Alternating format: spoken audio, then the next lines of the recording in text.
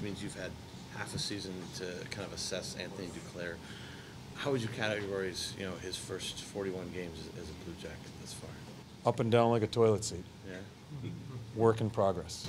Yeah. Has it impressed you that he went through that stretch and then now he's, you don't want to get too good to you like you always say, but like he's responded from that, it seems like. He's coachable. He's coachable, but he has a long ways to go. But you can see the upside. Yeah.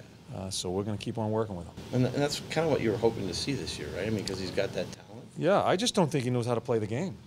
I'm not sure how other coaches have dealt with him, and this, and I'm certainly not second-guessing any other coach that's coaching, but I think he needs absolutely, right from the bottom of how you play in this league, to be taught, and that's what we're trying to do.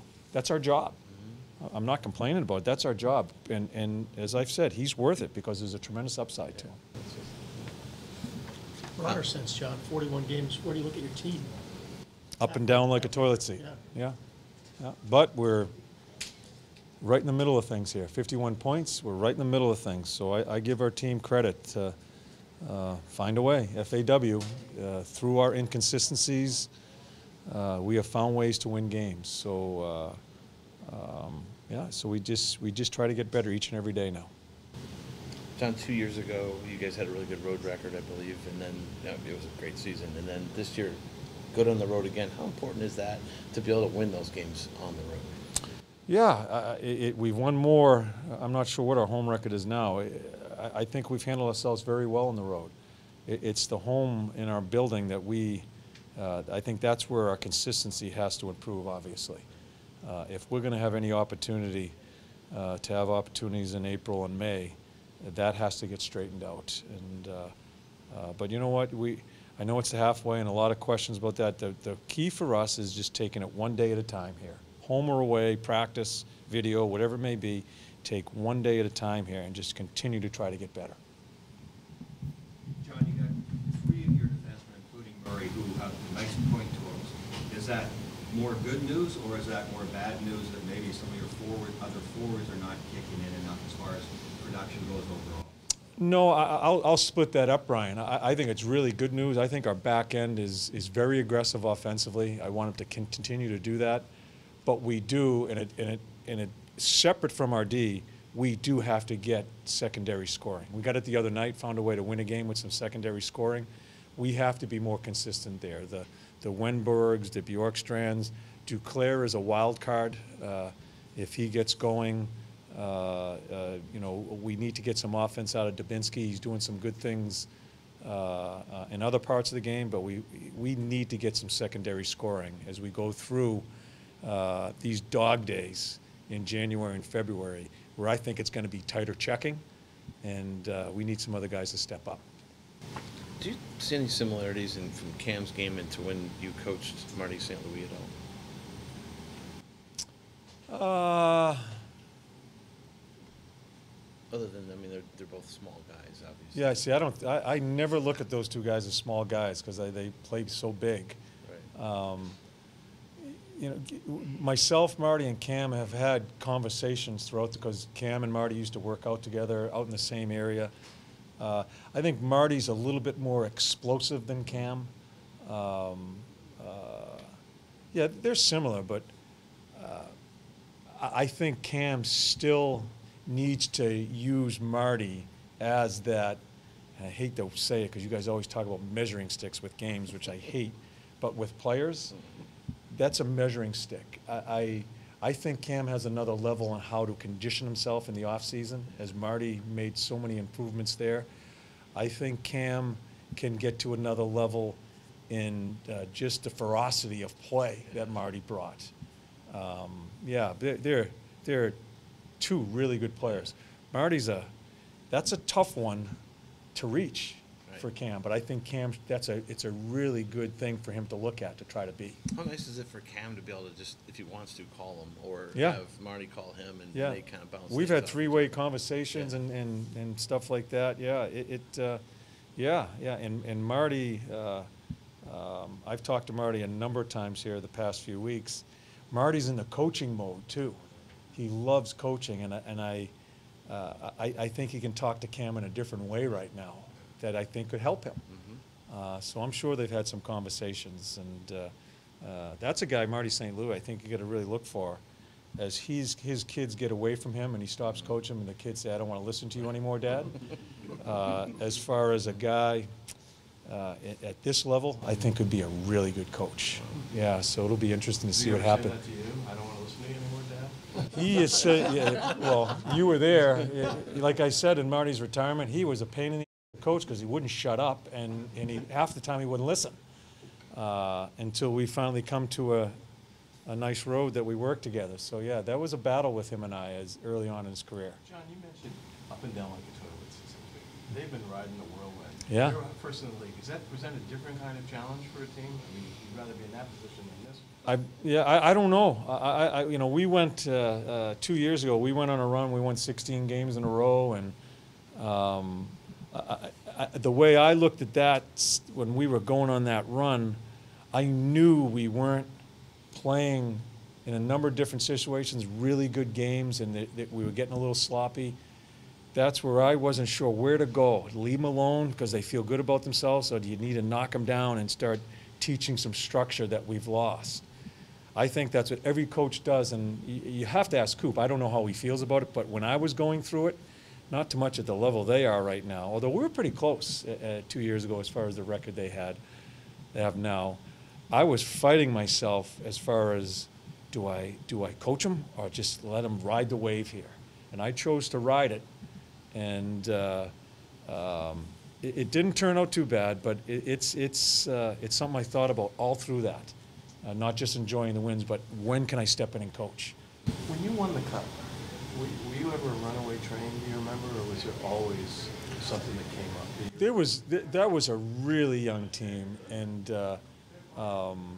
young coaching staff at that time. We were winging it. We did a lot of coaching. You know, I thought our guys were going to bed at 11 o'clock at night. I never had a curfew. I thought they were in bed and this and that. As I find out, as I've had a few get-together with them after years ago, they were out and they were going hard off the ice too. So who knows? You know, we didn't know what we were doing at that time. Did you know you were peaking when you hit the playoffs? Nah, we were playing. We were playing, and the stories I hear now as far as what they were doing, it just blows me away. But we had it's amazing what the mind does. We had a strut about ourselves and an arrogance about ourselves that far outreached anything with X's and O's. And yeah, that's a very important part, especially with today's athlete. It's not about X's and O's, it's about that strut and the right type of arrogance. And we had it back then, and I think that's what carried us through. Is that the key for this team? I mean, they're 10 points ahead. I don't care about this team. I don't know what's going on in that team. I don't care. I'm not going to comment about them. But I think it's very important with today's athlete. That, for me, that far overrides the amount of coaching I do. It's more in the mind than X's and O's. Towards the challenge for Is that Rim? No, it's Jody right here. Don't find me. The challenge that the Lightning face now, the streak's over. And Yeah. where does it go from here? With your team 2 years ago, I hope they get their ass kicked tonight. If you're asking me that, yeah. long term, bigger picture, Phone's for you. where does it go for you guys in terms of the challenge for you to get them back on the horse again, and did the team respond that way, or where did it go? Yeah, I just don't. Are you talking about the Cup team or the 2 years ago? 2 years ago, Yeah. your team with the 16 years. Yeah, I don't remember it all, but I do think it's important, and I'm sure Coop is probably, and I don't want to speak for them. I got to be really careful. I don't want to speak on the other. But for me, I think you need to go through some tough times during a regular season, to how do you get out of it to get back to where you want to be, and because I think come playoff time, you're going to go through some momentum swings as you go through this. So I don't think it's a bad thing to have some bad runs during the regular season. It's a long year, and it can't always be perfect. And your guys have got to be tested. Your leadership group has to be tested on how to get out of some situations when you do start struggling. Now, are they struggling? No, they lost a game. I wouldn't call them struggling, but I firmly believe that during a long season, it can't all be good. You can't all feel good about yourself through that 82-game schedule. It's almost impossible, first of all, especially with the parity in the league. But I think it's important to go through some of those things because I think you can lean on that come playoff time. In '04, did you go through some stretches like that? Oh, yeah. Isn't it? Oh, yeah, we did, though. You know, I remember the '04 season probably better than I do the 2 years ago. When it turned the new year in January, it got to the point where I thought we had some struggles before then, but it got to the point in that year that I was opening the gate and letting them play. They felt so good about themselves. We had tremendous goaltending. But you got to remember, both goaltenders played well during that year, too, with Grammer and Hobby Bull. And Grammer, I think, had 18 wins that year, that '04 year. But it got to the point with the leadership was there, and we were just kind of opening the gate and let them play. And I was still learning, too, as a coach, what to do. I was still a very young coach. I was learning what to do. We were kind of helping one another out through that. So that's what was pretty neat about that. John, you talk about arrogance and strut. Where's your team now with that? I know it's important. Yeah, it's really important, as we're talking about it. That's the most important thing for a coach. Our team feels good about itself because they found ways to win. Listen, we have found ways to win hockey games, really minus a power play through the first half. And we still have 51 points here. We're doing a lot of work trying to figure that part of it out. Our penalty killing has stepped up and kind of offset it. In today's game, there's just not a lot of penalties within games, too, which kind of has helped us.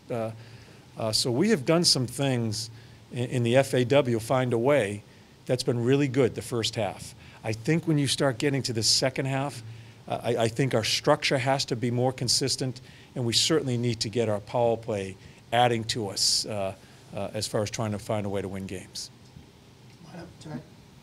Lineup tonight, Bob is in net, and it's the same lineup.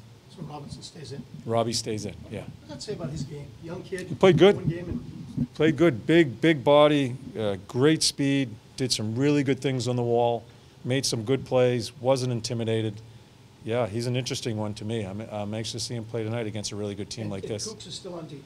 I'm sorry, I'm not sure about Kooks. If Harry was sick, if Harry's good to go after the skate today, he'll play. Yeah, and Kooks will be out.